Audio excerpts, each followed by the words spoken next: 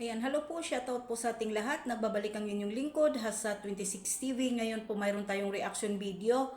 Ayan, at ayan, ito po yung kasagutan ng lahat, no? Ayan. At maraming salamat din po sa nagbigay ng impormasyon sa akin. Ayan po, thank you so much para malinaw na po tayo dito, no? Ayan, at syempre bago tayo magsimula, isang mapagpalang araw po muna sa ating ama ng Kalingap, Kuya Bal Santos Matubang, Ate Edna Kalingap Rab, Miss Jack Matubang. Please po, dalawin po natin at panoorin po natin ang kanilang mga YouTube channel at sa kanilang pong Facebook page. Ayan po, please like, share, and subscribe. Ayan. At syempre po Kalingap Striker, shoutout po sa inyong lahat. Hindi ko na po kayo maisa-isa. Ayan po, isa na po ang inyong lingkod, Hasa 26 TV. Shoutout po kay Presberador, kay Dr. Lab, at syempre po kay Kuya July. At sa lahat po ng reactor ng Kalingap, shoutout po sa inyong lahat. Ayan na, ngayon po,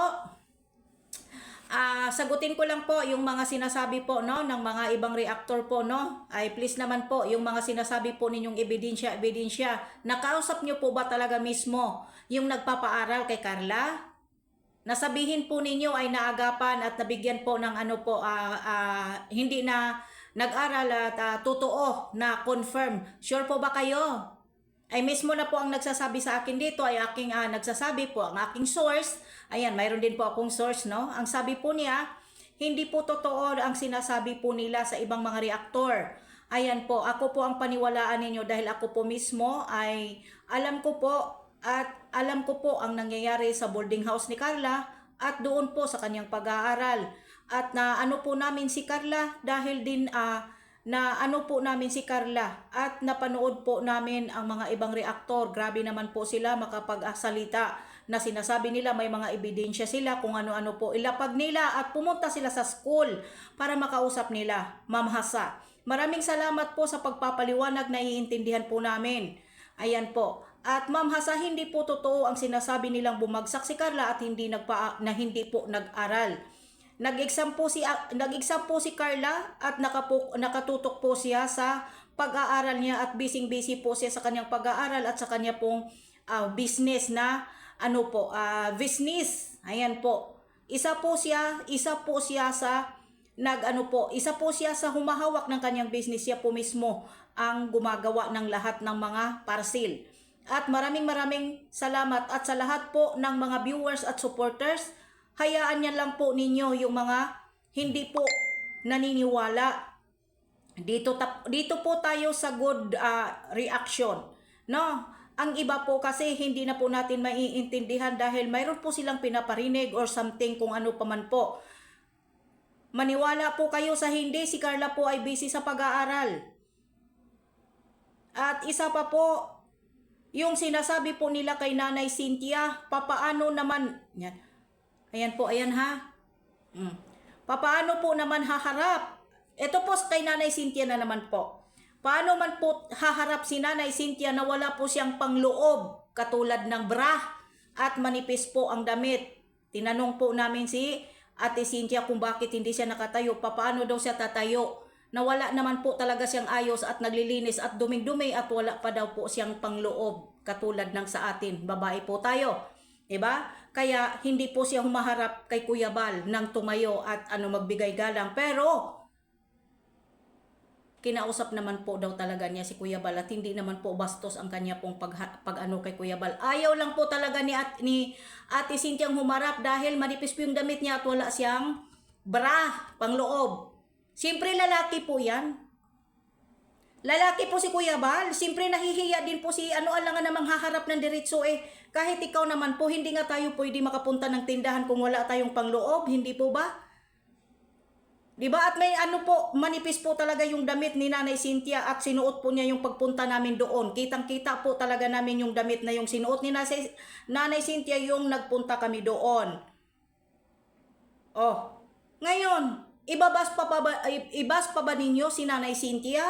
May dahilan kung bakit hindi siya tumayo. Hindi po ibig sabihin ay binastos niya si Kuya Bal. Hindi po ibig sabihin ay wala na pong galang si Ate Cynthia kay Kuya Bal. Ayaw po niya tayang tumayo dahil po yung kanya pong short ay kumukulo-kulo. Pag tumayo, kumulo. Alam mo naman po, pag nakaupo tayo, yung short po ay kumukulo. Diba? Kumukulo sa harapan. Kumbaga, kulot-kulot ba? Kung sa Bisaya, ano bang Tagalog niyan? Paki-explain nga ninyo. Pag humarap pa daw siya kay Kuya Bal, nakakahiya po. Parang bastos po. Kasi siyempre lalaki si Kuya Bal, maliban na lang siguro kung lalaki. Para sa akin po, yun po ang paliwanag ni Ate Cynthia. Paano daw siya haharap at tatayo? Samantala po, wala po siyang pangloob. At ang kanyang shirt po medyo maikli kasi hindi niya expected. Tapos ngayon sasabihin ninyo, bastos si Ate Cynthia. Hindi man lang po ginalang at hindi man lang po in-entertain si Kuya Bal. Hindi po ganun po yon. Intindihin naman po natin si Nanay Cynthia. Huwag naman po ninyong below the belt na binibitawan. Hindi porket sabihin na may kaya na sa buhay, may kakayahan na, bastos na, nagmamayabang na. Hindi po ganon. Hindi po ganon si Nanay Cynthia. Tuwing po pupunta po si mga ka-Team Kalingap, ini-entertain po yan ng Tupular Family. Pero pag nakapanghusga kayo, perfect? Ha? Hindi po perpekto si Nanay Cynthia sa totoo lang, pero ayaw niyang humarap kay Kuya Bal ng paganyan kasi alam niyo na, babae kayo, alam niyo yun. Pinapaliwanag na po sa akin. Tapos sasabihin ninyo, hindi man lang inaasikaso, hindi man lang po tumayo, hindi man lang pinansin, buang pala kayo eh. Mangmang pala kayo eh. Bakit kayo po ba pagka mayroon po kayong alanganin yung suot ninyo? May pupuntang lalaki sa inyo, haharapin nyo po ba ng talagang as in? Magalang naman po si Ate Cynthia humarap o nakipag-usap. Mayroon pang pambabastos doon? Wala. Walang pambabastos doon. Kinausap siya, sumagot siya. Ayaw lang po talaga niyang tumayo dahil wala nga po. Diba? Dahil pangbakay lang po. At kinausap naman po daw talaga niya ng maayos si Kuya Bal as nagtalikod at nakaupo lang talaga.